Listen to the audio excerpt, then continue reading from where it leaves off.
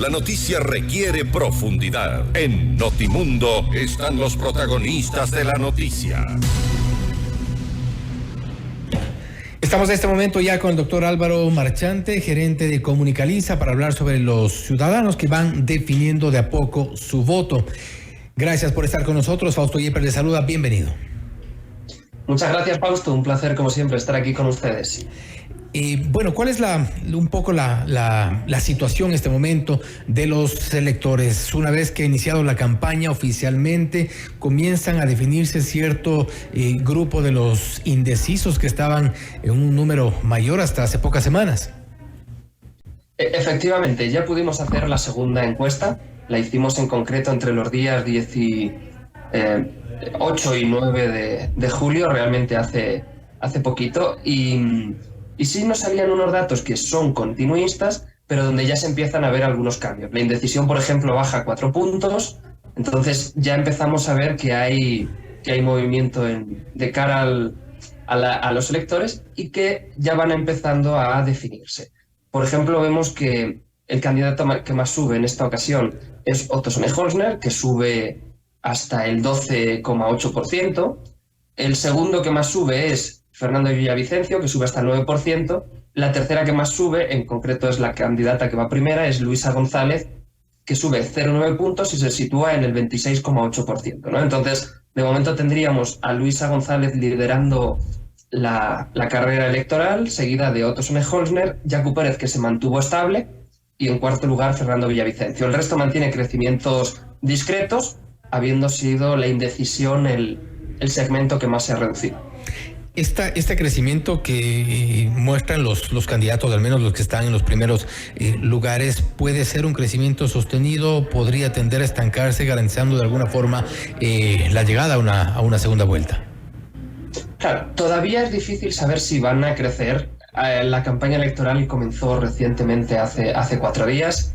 De hecho, pilló algo de manera sorpresiva porque fue en la noche del día 12 cuando se determina que empieza el día 13, lo cual no dio algo de tiempo a prepararse. Estaban los candidatos quizás todavía esperando, haciendo una pre-campaña más o menos estática. Vemos que hay crecimientos muy, muy suaves. Más o menos estamos hablando que todas las variaciones están dentro del margen de error, pero sí que seguramente en la tercera, que quizás la lancemos en unos días, ya podremos ver si los cambios de la primera a la tercera ya se salen de este margen de error, donde todavía ahora mismo estamos con el crecimiento más alto, por ejemplo, el del candidato Sonne-Holzner, que es de más 1,6. Nuestro error muestral en este caso es de 1,7, ¿no? Entonces, incluso el que más crece estaría dentro de este error muestral, aunque seguramente con la tercera ya podremos confirmar si estas tendencias son alcistas, bajistas o de mantenerse. Ahora, tomando en cuenta que son 8 binomios y seguramente habrá un voto que se reparta también con el resto de los candidatos, pero la indecisión, digamos, se puede llegar a prácticamente, no a eliminar, pero a tener un porcentaje suficiente como para tomar definiciones respecto a los binomios. Claro, para tener claridad de cómo se va a comportar la indecisión se buscan siempre algunas preguntas probabilísticas. Como en este caso estamos hablando de que el correísmo es quien está primero buscando, como parte de su estrategia, ganar en una sola vuelta, lo cual todavía no se ve que pueda ocurrir.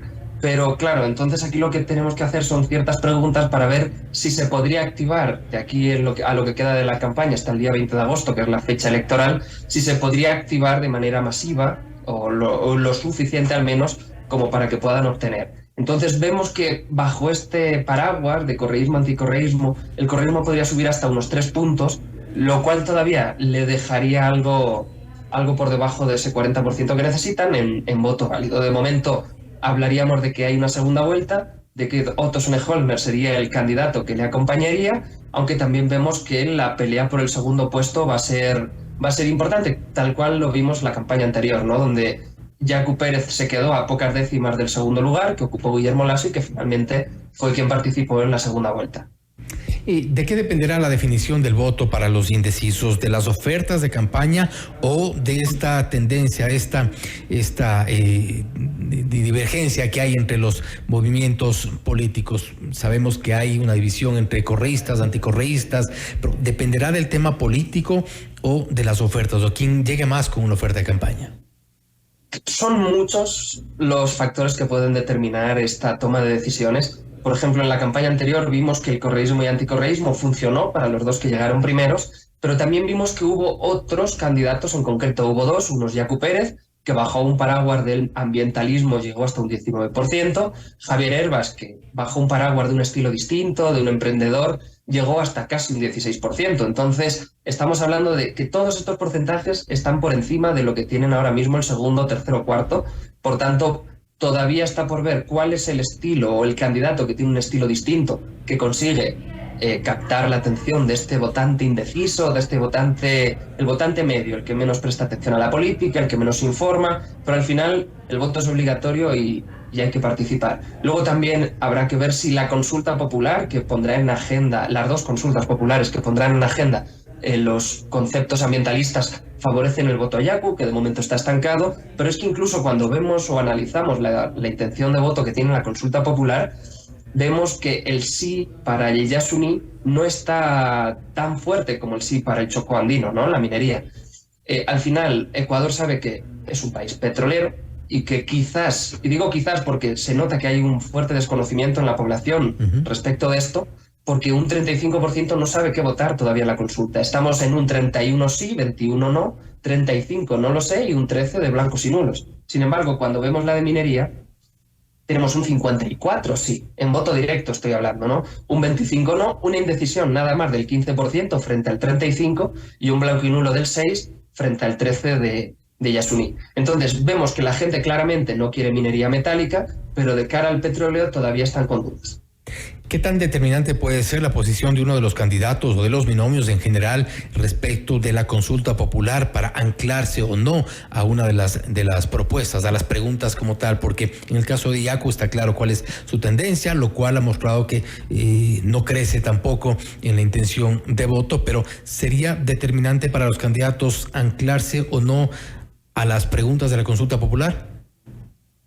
Siempre servirá de ayuda, pero la gente no necesariamente va a tomar la decisión del voto, en este caso de votar por el sí es votar por este candidato, porque vemos que al final casi todos los electores de todos los candidatos, cuando cruzamos cómo van a votar respecto a la consulta popular y también cómo votarían en base al candidato presidencial, vemos que todos tienen unos porcentajes más o menos similares.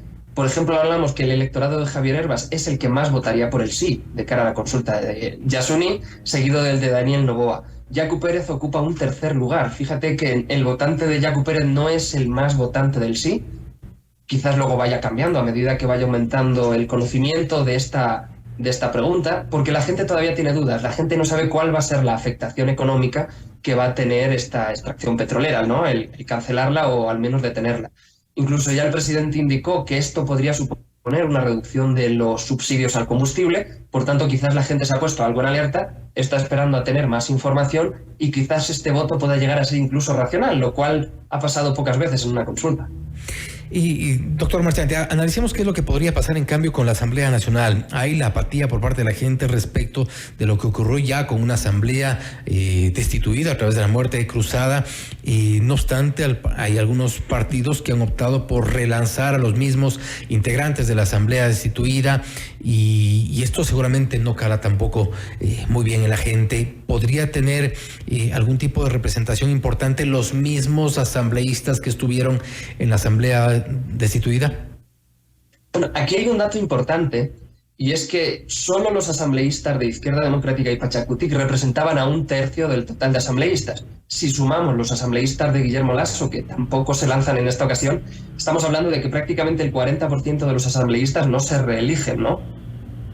Claro, la otra parte, muchos forman o son integrantes de la Revolución Ciudadana. Es una fuerza política que per se tiene una estructura sólida, un votante fijo, por tanto, seguramente por esta tendencia política habrá una reelección, pero cuando hablamos de otras corrientes políticas vemos un partido social cristiano que tiene un candidato que no está superando el 3% claramente en voto directo, lo cual representaría máximo un 4% en voto válido, Y sin embargo, el voto de este candidato de cara a la Asamblea estaría dividido entre varias fuerzas políticas, por ejemplo, el Partido de Sociedad Patriótica, el Partido Social Cristiano. Por tanto, vemos que un pastel relativamente pequeño además se tiene que dividir en varios partidos cuando no han hecho esta alianza. Por ejemplo, el votante de Suma y Avanza se presentaron juntos en una alianza. Entonces, aquí, por ejemplo, vemos que no se fraccionaría en dos, pero en el caso de algunos candidatos se fracciona. El candidato Yacu Pérez creo que también tiene la votación fragmentada entre sus 3 aliados electorales. Por tanto, vamos a decir, tenemos menos candidatos a la presidencia, pero habrá más listas que se presentan a la Asamblea. Y luego, claro, cuando vemos cuál es la preferencia partidista, vemos que hay un partido que tiene simpatía, Revolución Ciudadana, con casi el 26%, y que el resto, el segundo que más tiene, bajamos hasta el 4%, para que veas cuál es la desproporción entre la simpatía que tiene un partido con estructura y la simpatía que tienen el resto de partidos que ni siquiera tienen candidatos propios.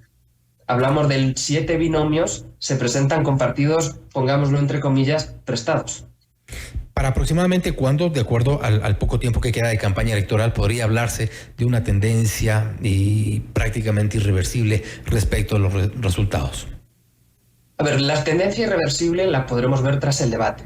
Volvemos al año 2021, antes del debate solo había 3 candidatos por encima del 15%, tras el debate se sumó un cuarto. Entonces, el debate suele marcar las tendencias finales, porque hasta el debate podríamos decir que es una preparatoria, darse a conocer, aumentar el agrado, aumentar esta simpatía que siempre es la precursora del voto, y una vez que están en el debate y se pueden distinguir de los demás candidatos, es cuando ya pueden hablar de la captación final. Hasta ahora lo que estamos viendo es que los candidatos aumentan el conocimiento, que está todavía muy bajo, estamos hablando de que prácticamente solo 2 superan el 50%, el resto todavía está por debajo, y el crecimiento que está habiendo, pasando de indecisión a intención de voto, está siendo simplemente por crecimiento de la aprobación. Lo que veremos a partir de ahora, sobre todo que ya estamos en campaña, será que empezarán a quitarse votos entre unos candidatos y otros. Es decir, el candidato A apelará al votante del candidato B, buscará captar, enamorar a este electorado, y a raíz de esto podremos ver cómo unos crecen a medida que otros decrecen. En esta encuesta, por ejemplo, vemos que todos prácticamente suben, no hay ninguno que baje. A esperar el debate entonces, doctor Marchante, nuevamente gracias por haber estado con nosotros. Estaremos igual comunicándonos en futuras enlaces para poder analizar las tendencias y saber pues cuál es la intención de voto, principalmente este grupo de los indecisos, que todavía es un grupo importante. Encantado, Fausto, como siempre será un placer acompañaros aquí en el programa. Gracias nuevamente. Ha sido el doctor Álvaro Marchante, gerente de Comunicaliz, hablando sobre las tendencias en cuanto a las elecciones. Hay crecimiento, hay también una reducción por parte de los indecisos y crecimiento en algunos de los candidatos. No obstante, la tendencia, ha dicho, podría mantenerse una vez que se conozcan los resultados del debate previo a las elecciones anticipadas. Esto es Notimundo Estelar, siempre bien informados.